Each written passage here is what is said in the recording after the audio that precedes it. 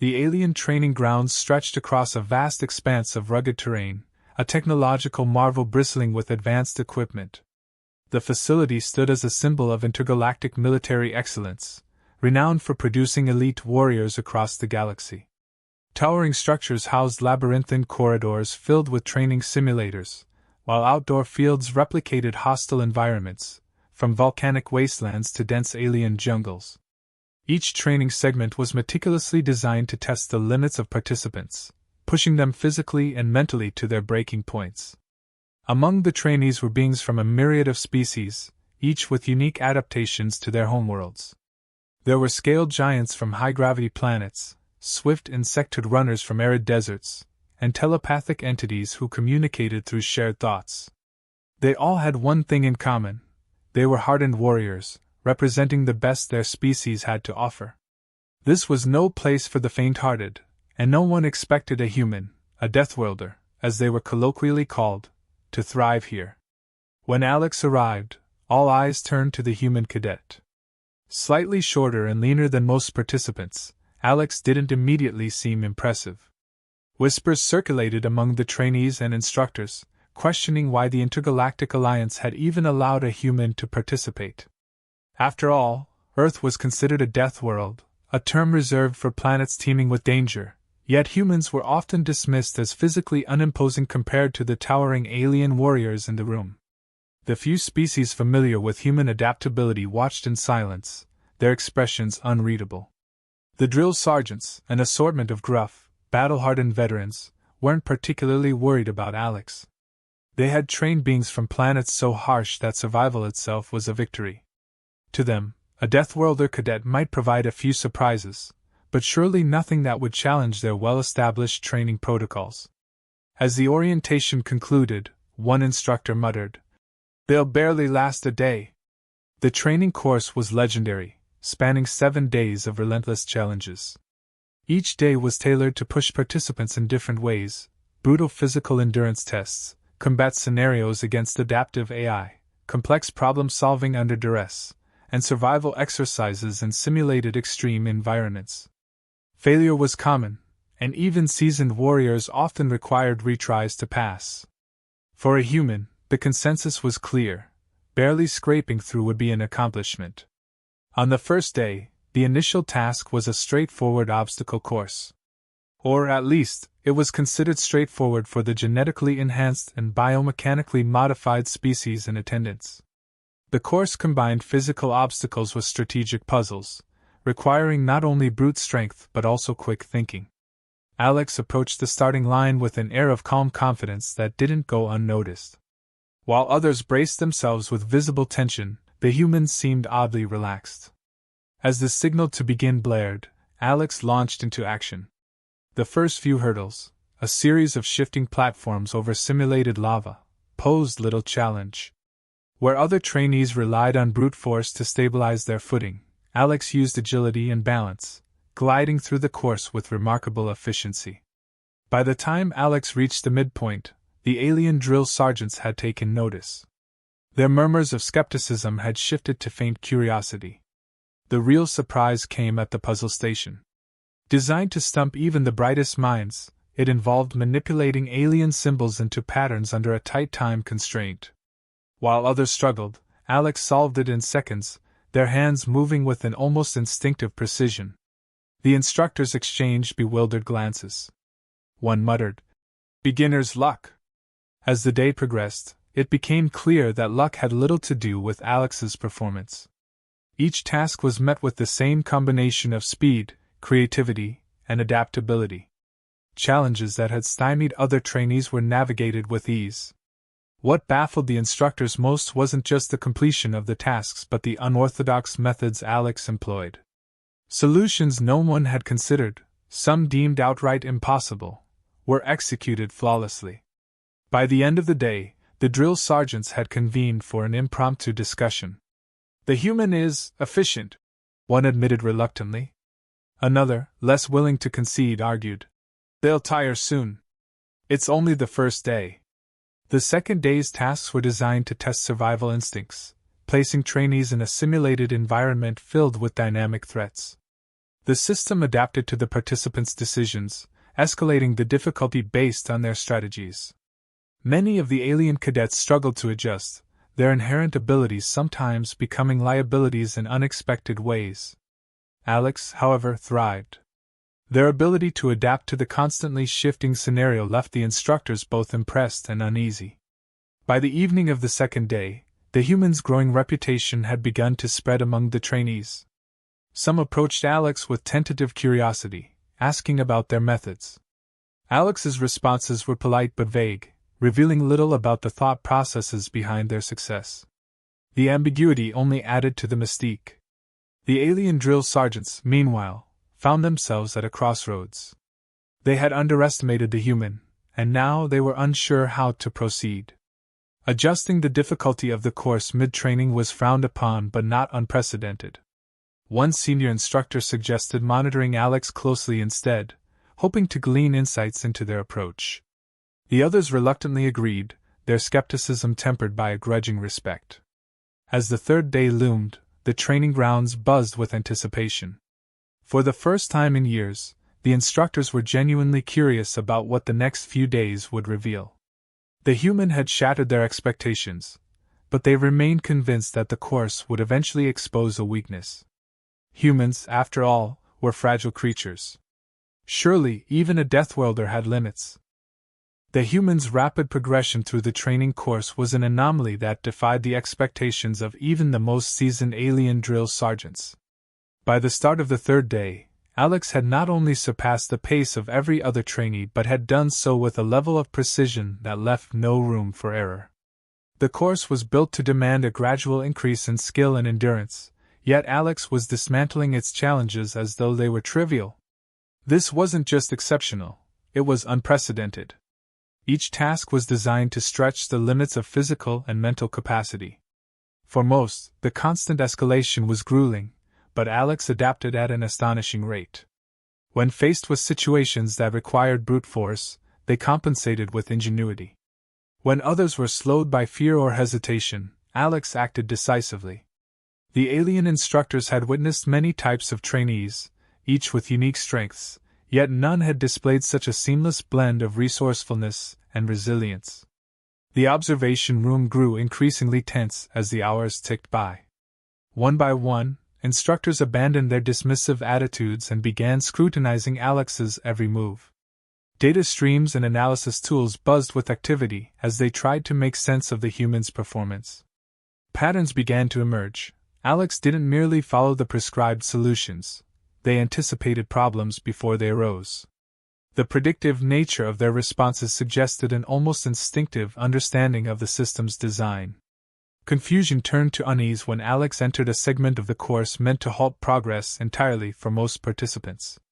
It was a series of adaptive combat simulations designed to escalate exponentially, learning and countering the strategies of the trainee in real time.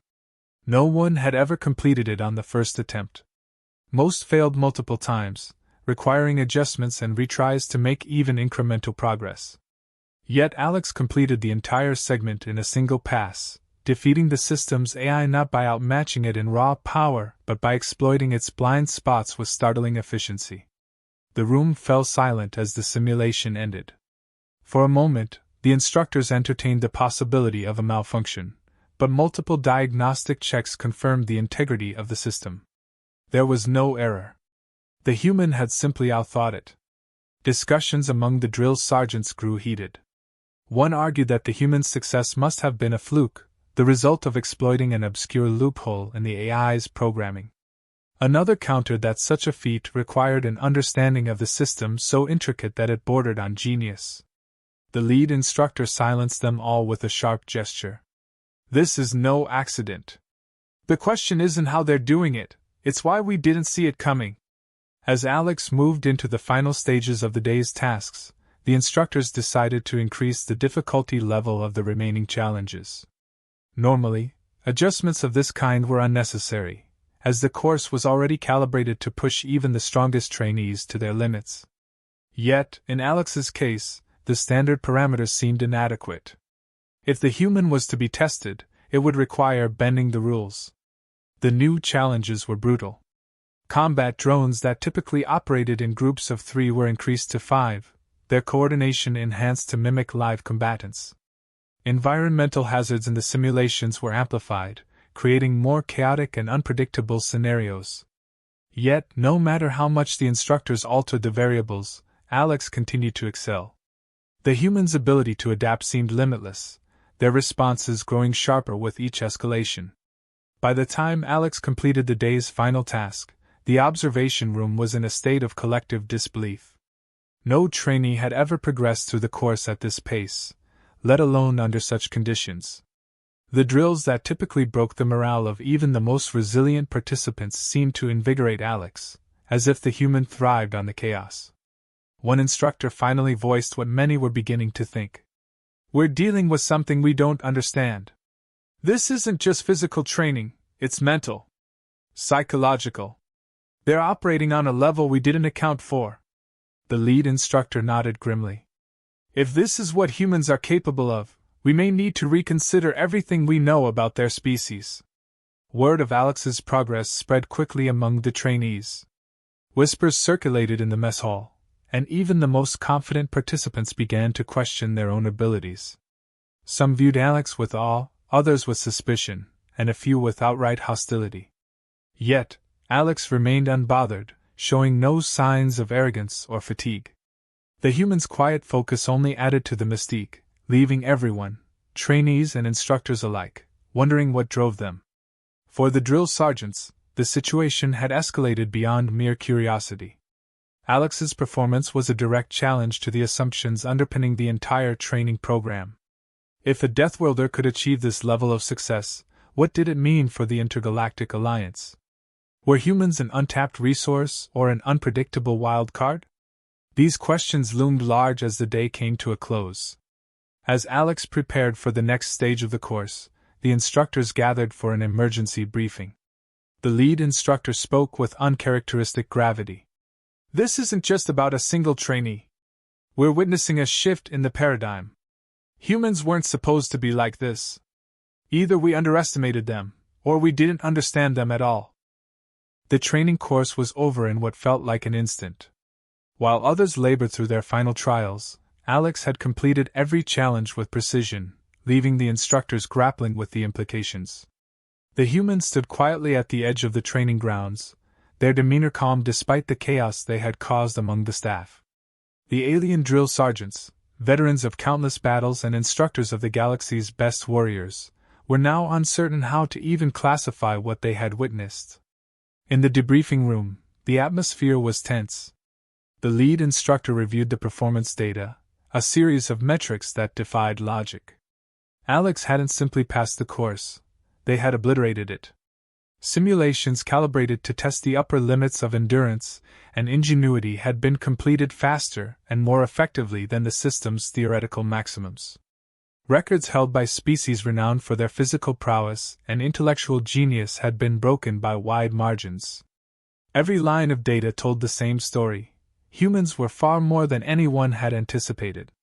When the lead instructor finally addressed Alex, the question was direct. "How did you do it?" The room fell silent, every eye on the human. Alex's response was characteristically unassuming, a mix of humility and bluntness that caught the instructors off guard. They explained that Earth, as a death world, had shaped humanity to survive in an environment where unpredictability was the only constant. Humans thrived under pressure, adapted to chaos, and found solutions where others saw none. Their success wasn't rooted in strength or intelligence alone. It was a product of necessity. The explanation, while simple, struck a chord. The drill sergeants had always dismissed humans as fragile creatures from a dangerous world, but they had never truly considered what surviving such a world entailed. Alex's performance wasn't just an anomaly, it was the logical result of a species shaped by constant adversity. The instructors exchanged uneasy glances. They hadn't been training a typical recruit. They had been testing the limits of what humanity could achieve, and the results were unnerving. Reports of Alex's performance were quickly transmitted to the Intergalactic Military Council. The data was accompanied by a recommendation: humans needed to be re-evaluated. Their classification as a mid-tier species was no longer accurate. The Council's response was immediate. A meeting was convened to discuss the implications, with representatives from across the Alliance debating the potential threat and value of humanity. Some argued that Alex's success was an outlier, not representative of the average human. Others pointed out that even if Alex were exceptional, their performance still hinted at a broader potential within the species. Meanwhile, back at the training grounds, the remaining trainees couldn't ignore Alex's shadow. Conversations shifted from strategies and personal goals to theories about the human's abilities. Some cadets viewed Alex as a rival to surpass, others treated them as a figure of quiet reverence. The alien trainees had always been competitors, but now they found themselves united in a shared curiosity, and in some cases, fear. The instructors, too, were forced to confront their biases. For years, they had operated under the assumption that certain species held an inherent advantage in military training. Alex's success disrupted that narrative entirely. It wasn't just that humans were capable, it was that they were unpredictable in ways no simulation could account for. This realization left the instructors with a profound sense of unease. If one human could achieve this, what could an army of them accomplish? The final report to the Council included a recommendation to integrate more humans into the Alliance's military structure. The potential advantages of human ingenuity and adaptability were too significant to ignore. However, the report also contained a stark warning: humanity's capacity for rapid growth and unexpected innovation could just as easily make them a threat. The Council faced a dilemma. Should humans be embraced as allies or carefully monitored as potential adversaries? For Alex, the course was simply another challenge completed, another milestone passed. They didn't linger on their success, nor did they gloat. Instead, they prepared to return to their next assignment, their focus already shifting to whatever came next. Their calmness, so natural to them, left a lasting impression on everyone who had witnessed their performance. It was a quiet confidence born of a lifetime of surviving the impossible. As Alex departed, the training grounds were left in a state of reflection. The trainees continued their own journeys, now measuring their progress against the impossible standard Alex had set. The instructors, once so confident in their systems, were forced to rethink their methodologies. And the Intergalactic Alliance, for all its advanced technology and diverse knowledge, now had to grapple with the implications of a Deathworlder species that had been hiding in plain sight.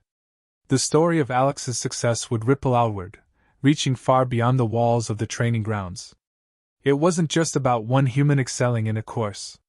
It was a testament to what humanity could accomplish when pushed to their limits. For the galaxy, it was both a revelation and a warning. Humans were no longer just one of many species. They were a force to be reckoned with, capable of redefining the balance of power in ways no one had anticipated.